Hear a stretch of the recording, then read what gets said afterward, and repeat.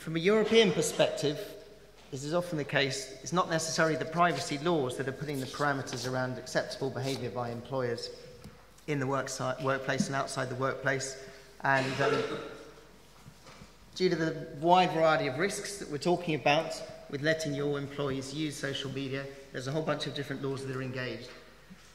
Working down that list, they're all pretty familiar. You've got to look after your reputation, you've got to look out for the vicarious liability you may be suffering as a result of the behaviour of your staff. Loss of productivity, you'll find quite a lot of employers are pretty keen to avoid that as well. Then it gets into areas we're more familiar with: confidentiality, IT security, privacy issues, both in terms of looking at what your staff are doing online and how you recruit them in the first place. And if you're an employer, again, you've got wider duties of trust and confidence in many jurisdictions to think about as well.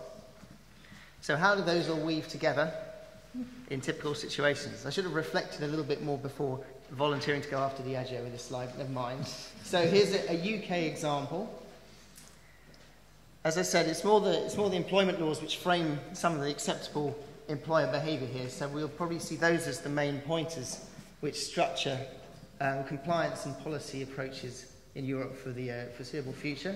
We've got a poor, hard-working pub manager in a certain well-known pub chain in the UK, getting a lot of abuse from some very drunken customers. This is often the case in the UK, I'm afraid. Anyway, she finally snapped and started posting on her Facebook account on her mobile device during working hours. So this is a working time situation.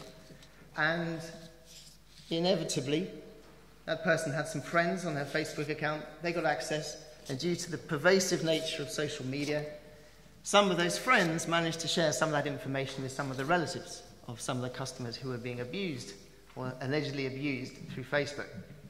And importantly, when the Employment Tribunal looked at this particular case, they had a policy, a social media policy to look at as the parameters for acceptable use of social media by the relevant employee, and that specifically dealt with references to customers and impact and reputation in the employee's behaviour.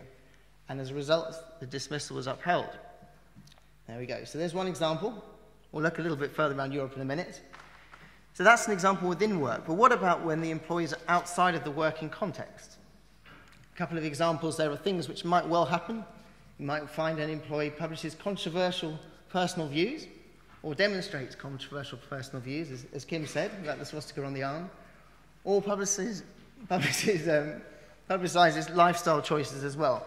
I've toned down some of the slides I had here for the audience, but there's a number of very interesting cases around sexual proclivities and their impact upon your employment prospects, but we'll keep to the clean stuff. And is it legitimate for an employer to discipline an employee for their conduct in their private life in these circumstances? Well, we've got a number of interesting examples here. Those of you in the UK keen on fixing bicycles or cars will know this well-known chain, and apparently often works its employees quite hard, according to this gentleman here, who put together a posting entitled "Halford's Workers Against Working 3 out of 4 Weekends." He then went home and read his employment contract and the associated policies and realised that this was slightly contrary to what he was meant to be doing, and removed that posting pretty rapidly. Too late, those hawk-eyed people within his employer's organisation spotted it and attempted to dismiss him for gross misconduct. And again, another parameter was introduced by this particular finding, that the proportionality of the reprimand that he suffered was outside of the reasonable responses that could be expected for that kind of behaviour. So again, we're getting some proportionality into the decisions that the employment tribunals are making.